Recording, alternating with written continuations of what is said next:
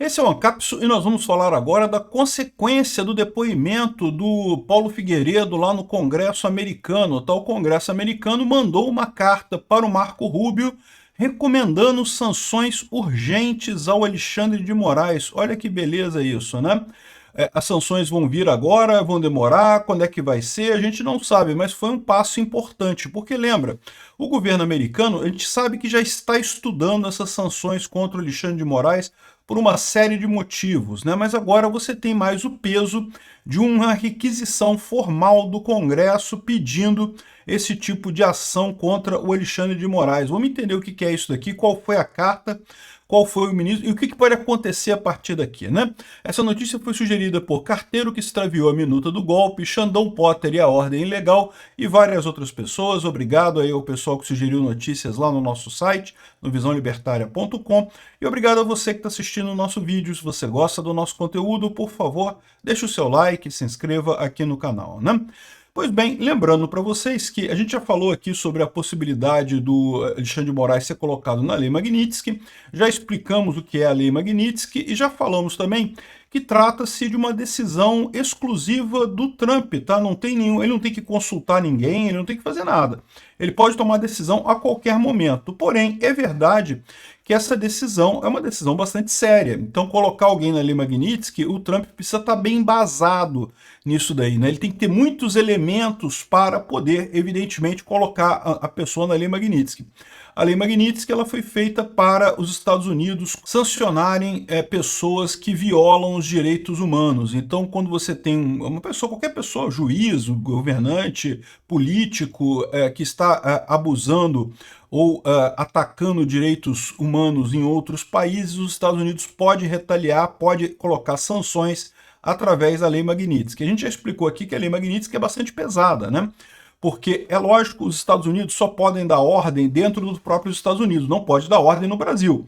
Então, em princípio, nada acontece aqui no Brasil. Mas, por exemplo, você tem a situação que qualquer banco que faça negócio com os Estados Unidos tem que adotar os princípios da Lei Magnitsky. Portanto, os bancos nacionais, todos eles fazem isso. Então, nessa hipótese do Alexandre de Moraes ser colocado na Lei Magnitsky, os bancos nacionais vão ficar com um problema, porque eles vão ter que cancelar a conta do Alexandre de Moraes aqui no Brasil, e se mantiverem a conta aqui do Alexandre de Moraes aqui no Brasil, vão ter que cancelar a cooperação com bancos americanos, o que seria um prejuízo enorme para os bancos brasileiros no final das contas, né?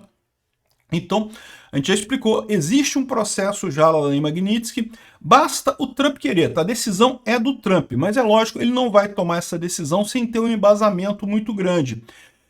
Já existe, a gente sabe que 4 ministérios americanos têm grupos de trabalho que estão levantando, fazendo os levantamentos adequados sobre essa lei Magnitsky no Alexandre de Moraes. E agora a gente tem mais um elemento, porque, como eu falei, o Trump precisa ter um embasamento muito forte para aplicar essa lei. Ele não pode começar a aplicar essa lei de forma leviana, né?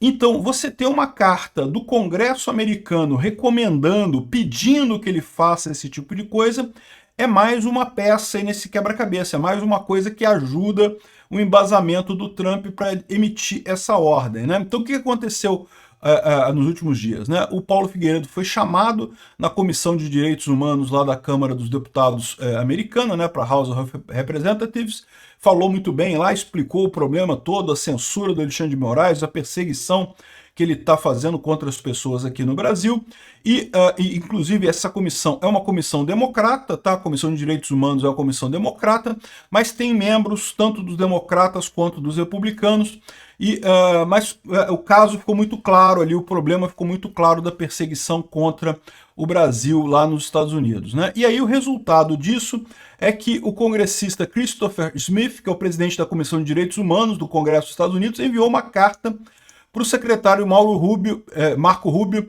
pedindo a imposição urgente de sanções contra o ministro Alexandre de Moraes do STF.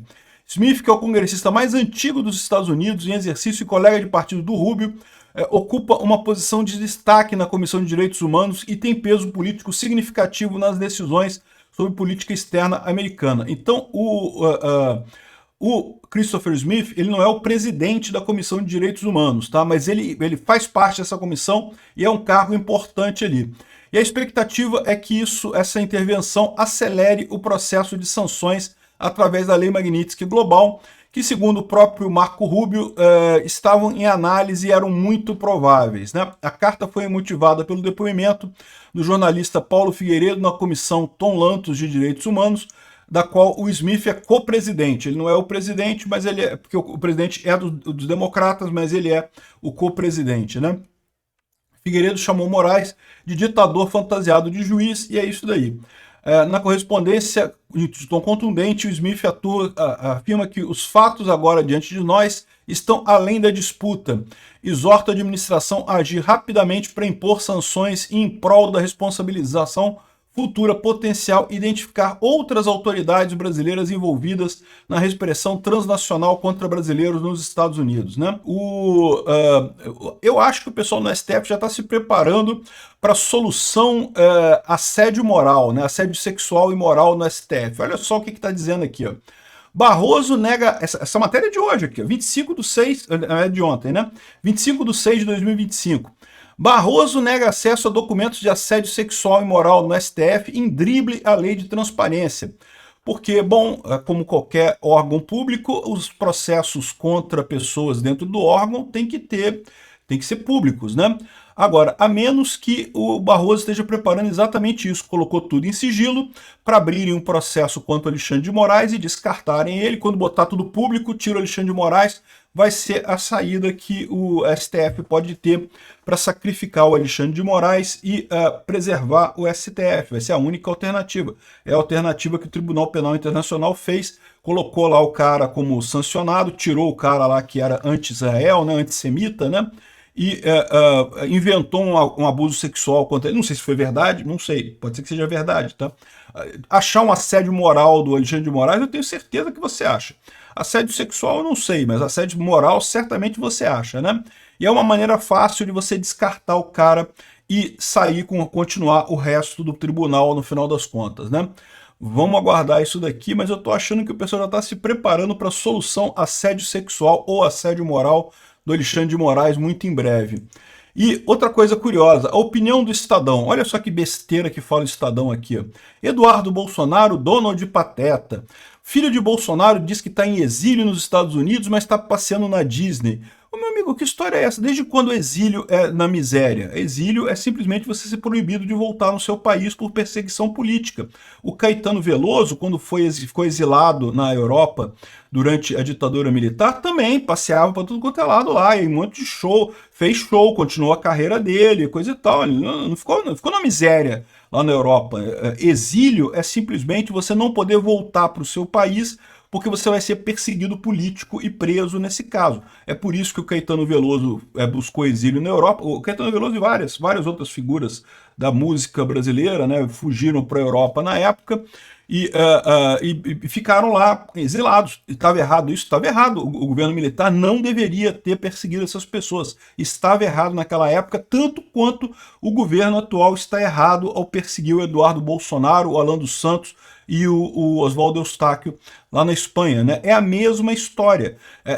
As acusações que tem contra eles é meramente de falar coisas que o governo não gosta, não tem nada além disso, né?